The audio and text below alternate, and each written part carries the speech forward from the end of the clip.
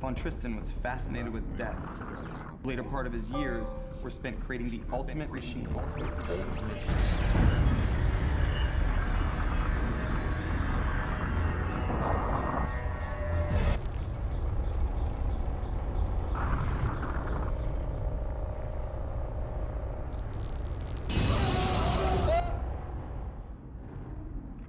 The story concerns two kids that discover this 15th century coffin in an old lady's basement, and they end up using the coffin, lying in the coffin, and finding out that it allows them to have an out-of-body experience, much like you would have if you were dead and became a ghost. And it becomes very addictive to them. They're unaware of exactly what effect it has. And Julie's unaware that they found the box, but she does start to see it and its effects on the people around her. My character Kyle, he's gotten pulled into a recent meth addiction that's kind of threatened his relationships and just his life in general. And because of the addiction, he's in debt to some drug dealers, and he's working a couple extra jobs while going to school at the same time. At the beginning of the movie, he gets this gig where he goes to clean out a basement. While cleaning out the basement, he finds this antique coffin. Upon doing research to find out how much it's worth and all that stuff, they find out that it potentially has the power to kind of give you an out-of-body experience, and then kind of chaos ensues from there.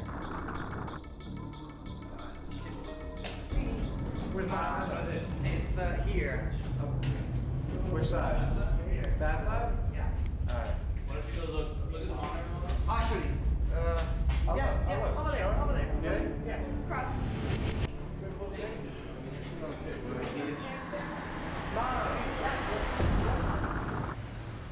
Action.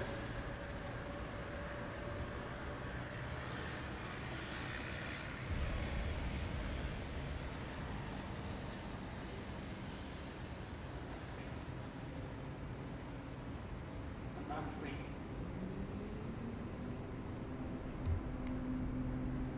You want to take me? Take me. I'm ready. You want to take me? Take me! I mean, I think sometimes timing is everything, and this character, in many ways, is somebody that I think I inherently relate to. So, you know, I think from the get-go, when I maybe walked in the room for this role, I was probably potentially very close to the character already without having to do too much in order to kind of think how he thinks or feel what he feels. We have, you know, a relatively small budget, but yet we've been able to squeeze a lot of production value out of what we have. It's just a matter of being creative. I've done a lot of these pictures, and you know, you get to know what you need to do to make the dollar go as far as it can go. And I think on this one, it's just amazing. Some of the locations we have, some of the great people we've been able to get. I think a lot of people are coming to the project because they really like the script. It's very well written, and characters are fantastic. I mean, it really has a lot of heart to it and soul.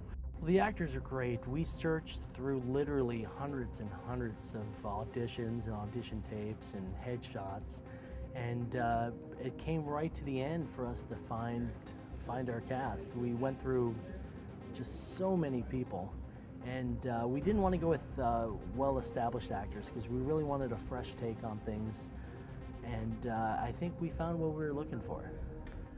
We were truly blessed with our cast. I mean, from the first day of audition, it was as if they were friends from a long time ago, and they didn't even know each other. And I think it really, really translates well into the film.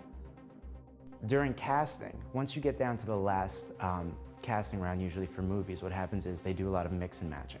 So they'll have like 3 people for each role. So there was like 3 Kyles, 3 Suttons, 3 Platts, 3 Julies. And then they mix and match the different people to see what kind of chemistry the potential actors have with each other. And in that last round of casting, the 4 of us, we worked as a unit. I'm with an amazing director, an amazing cast, an amazing team, and I think they're all there encouraging me to be open. If you look at the movie, you will see things that, you know, we can all relate to on some level about being obsessed, being addicted, finding ourselves in a bad situation that we're trying to get out of. And you have to ask yourself, what would happen to you? What would happen to you if you had a device like that? How would you use it? Ultimately, it's about the defining line between desire and prudence, and the consequences of people's choices.